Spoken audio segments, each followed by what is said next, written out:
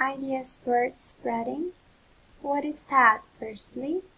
TED is the abbreviated form of technology, entertainment, design, and they organize numerous conferences via internet and TED app to spread ideas.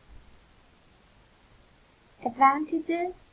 People's awareness can be increased by explaining the problems of today's world. If more people are conscious, our world becomes a more livable place. TED allows us to achieve this goal with just one click. All age groups can expand their minds and their life visions.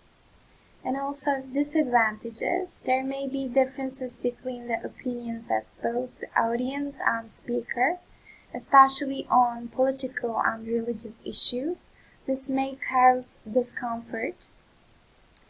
And when speakers talk about their ideas, the same symbol of the idea, whereas in the speaker's mind, begins to occur in the listener's mind too, even just by listening to the voice and looking at the face. Thank you for listening.